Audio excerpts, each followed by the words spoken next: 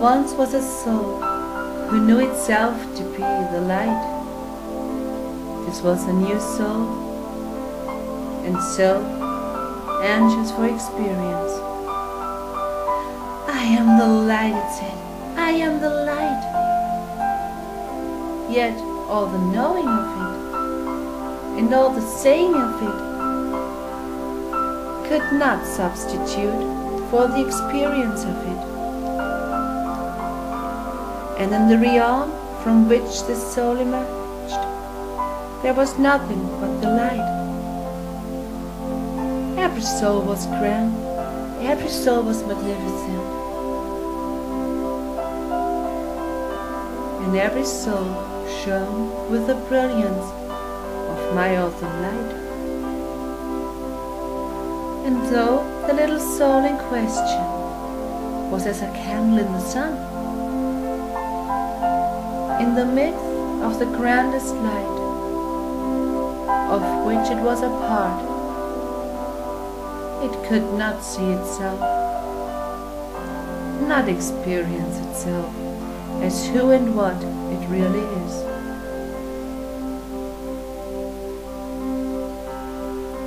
Now it came to pass that this soul yearned and yearned to know itself, and so great was its yearning that I one day said, "Do you know, little one, what you must do to satisfy this yearning of yours?" "Oh, what, God, what? I will do anything," the little soul said.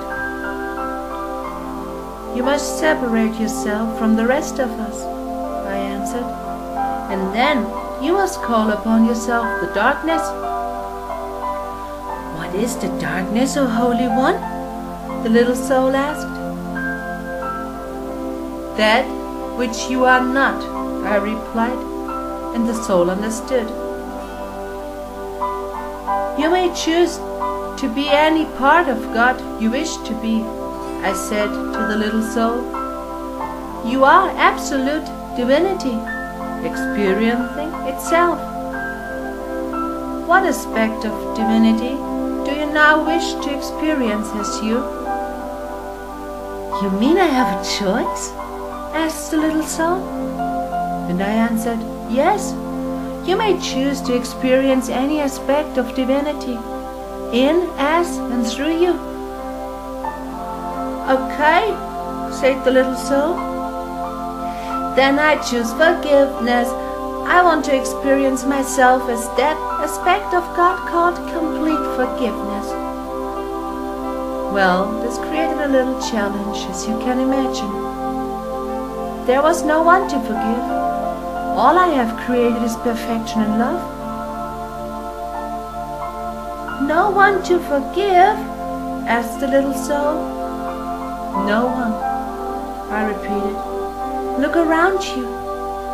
Do you see any souls less perfect, less wonderful than you?" At this the little soul twirled around and was surprised to see himself surrounded by all the souls in heaven.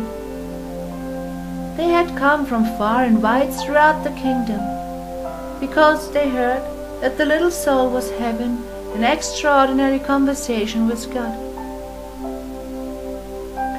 "I see none less perfect than I," the little soul exclaimed. "Who then shall I have to forgive?" Just then another soul stepped forward from the crowd. "You may forgive me," said this friendly soul. "For what?" the little soul asked. "I will come into your next physical lifetime and do something for you to forgive," replied the friendly soul. "But what could you, a being of such perfect light, do to make me want to forgive you?" the little soul wanted to know. "Oh," smiled the friendly soul, "I'm sure we can think of something." But why would you want to do this?" The little soul could not figure out why a being of such perfection would want to slow down its vibration so much that it could actually do something bad. How simple, the friendly soul explained. I would do it because I love you. You want to experience yourself as forgiving, don't you? Besides, you have done the same for me. I have? Asked the little soul. Of course. Don't you remember? We have been all of it, you and I. We have been the up and the down of it, and the left and the right of it.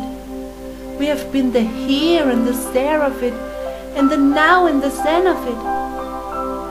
We have been the big and the small of it, the male and the female of it, the good and the bad of it. We have all been the all of it. And we have done it by agreement, so that each of us might experience ourselves as the grandest part of God.